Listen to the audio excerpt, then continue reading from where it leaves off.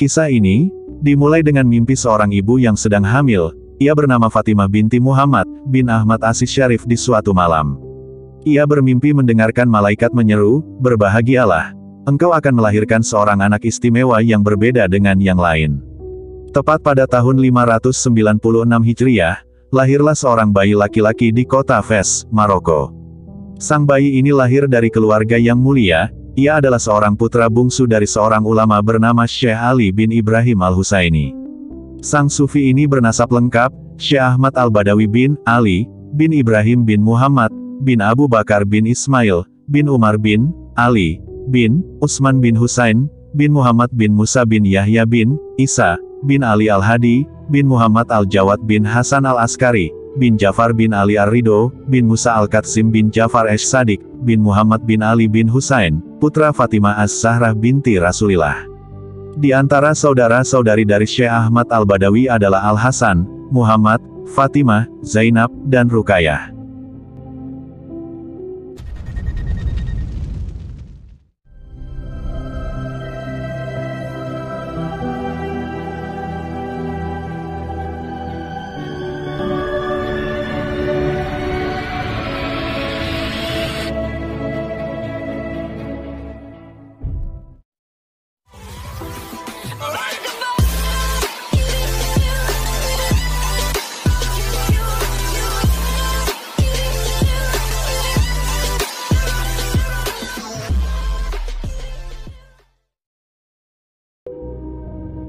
Dahulu, leluhurnya yang bernama Syekh Muhammad Al-Jawad, beserta keluarganya meninggalkan kota Makkah, karena penindasan yang dilakukan oleh Gubernur Al-Hajjaj bin Yusuf, terhadap para keturunan Rasulullah.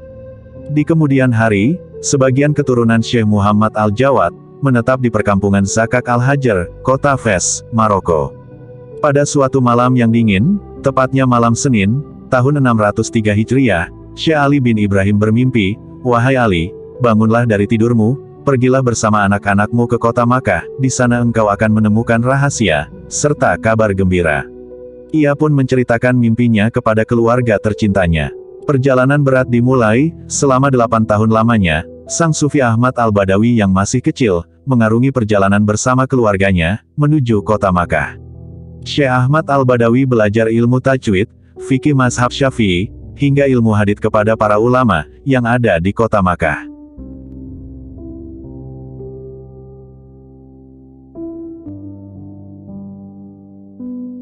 Selain itu, Syekh Ahmad Al-Badawi juga belajar keahlian memanah, menggunakan pedang, serta berkuda. Ia terkenal dengan sifat pemberani, serta dermawan, sehingga dijuluki dengan Al-Atab, ahli berkuda yang hebat, serta julukan Abul Futian, yang sangat dermawan. Waktu berjalan sangat cepat, sang Sufi Syekh Ahmad Al-Badawi telah berusia sekitar 31 tahun. Di usia yang matang ini, ia harus kehilangan sosok ayah yang menyayanginya. Dunia pun terasa jauh berbeda setelah wafatnya sang ayah. Kini, Syekh Ahmad Al-Badawi merasa telah waktunya untuk menempuh jalur sufi, jalur yang ditempuh oleh leluhurnya terdahulu. Ia pun memilih menyendiri di pegunungan Abu Kubais, pinggiran kota Makkah. Sang sufi mulai mengenaikan kain penutup wajah, agar ia tak dikenali banyak orang. Kelak, ia dijuluki dengan Al-Badawi, karena kebiasaannya memakai kain penutup wajah, sebagaimana layaknya orang Arab pedalaman. Di Gunung Abu Kubais inilah, ia berguru kepada seorang sufi bernama Syekh Bari, salah satu murid Syekh Ahmad Ar-Rifai.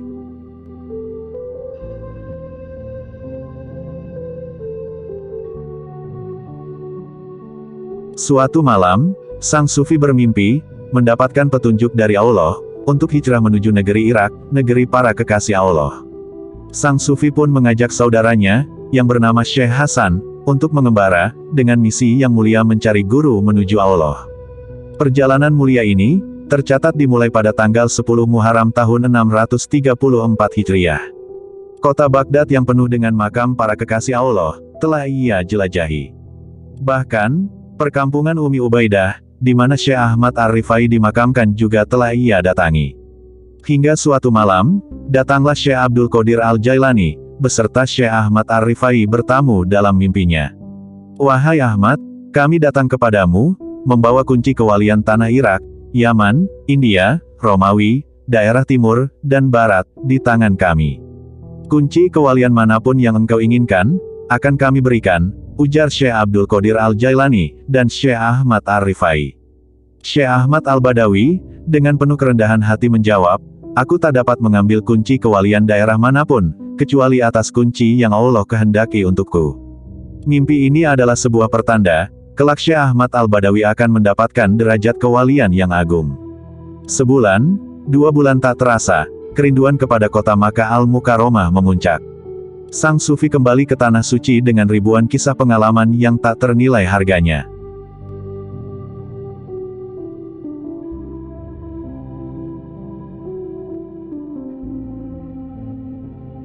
Banyak dari kitab sejarah yang mencatat bahwa Syekh Ahmad Al-Badawi berguru secara langsung kepada Syekh Abdul Qadir Al-Jailani. Padahal, bila dirutut waktu dan zamannya, terpaut sedikit jauh masa hidup keduanya. Syekh Abdul Qadir Al-Jailani wafat pada tahun 561 Hijriah, sedangkan Syekh Ahmad Al-Badawi lahir pada tahun 596 Hijriah. Sekitar setahun setelah kedatangannya kembali ke kota Makkah Al-Mukarramah, datanglah sebuah isyarat mimpi yang ajaib. Dalam mimpinya, ia mendengarkan perintah, berangkatlah ke kota Tanta, kelak engkau akan mengajar para sufi di sana. Mimpi ini terulang hingga 3 kali. Kota Tanta, atau yang dahulu dikenal dengan nama kota Tantuda, adalah kota yang subur di bagian utara negara Mesir. Tepat pada bulan Ramadan tahun 636 Hijriah, Syekh Ahmad Al-Badawi datang di kota Tanta.